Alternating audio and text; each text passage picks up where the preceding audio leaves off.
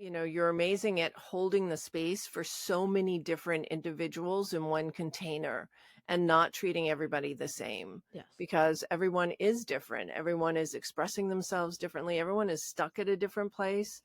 Totally. And everyone has a different value proposition. So what I'm curious now, Kayla, is how are you using this in your business coaching with clients? Let's tell some stories Yes. on how you have been able to help people transform through this process. Yes. So my question is for you though. Do you want me to talk about your pearl, the last sphere, and Oh, then I could yes, dive into that? Yeah, we yes. still have more goodies Oh, to we get have more? into. Okay. Yes. Okay, so the last sphere, and then I will absolutely dive into that with you, and I'll stop screen sharing, and then we can have that conversation. So the last sphere is the pearl. This is like, I don't want to say it's the most important one, but it kind of is. The pearl is your connection to prosperity.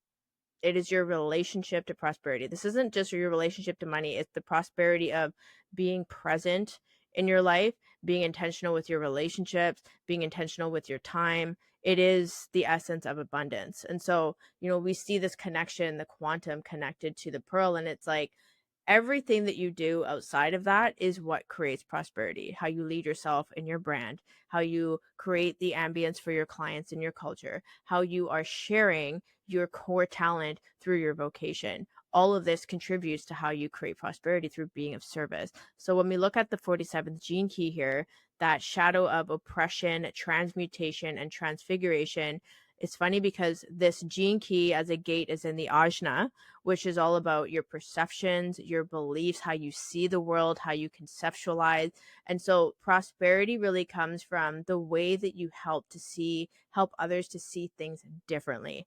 And I think, again, this ties into the intuition, and this ties into the intimacy, and this ties into the graciousness, right? So that oppression is like when you feel oppressed in your experience, like let's say for example when you gave the retreat example of like I didn't feel depleted by the end of the week. Let's say in another version of you hosting a retreat, that oppression is like, well, these are my needs, but I think that if I do this then it's not going to fit well with the retreat, and so I need to sacrifice my meditation and my routine in the morning so that I can host this. That is oppression. That is your view on, okay, this is how I'm conceptualizing this is how others are going to see me. So it's a lot of pressure there. But then that transmutation and transfiguration, you're like, no, this time I'm not doing that. I'm going to bring in my clients with me through this retreat and this experience at the retreat.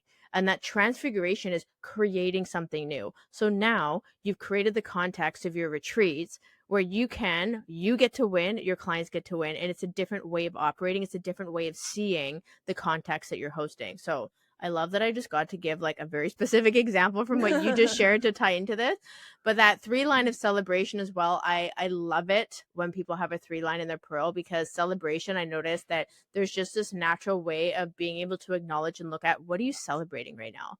Like you may say that to your clients, like opening calls, like, what are you celebrating right now? What is going on? Like, how can we acknowledge this? Like, it's just this excited energy and this focus on the growth and not being focused on the scarcity. It's like, okay, we're unleashing the oppression here. We're creating something new. How are we celebrating this?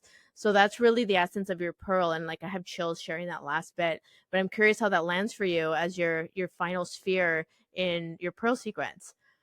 Well, as clients are listening to this, they're going to say that's exactly how Deb opens up the calls.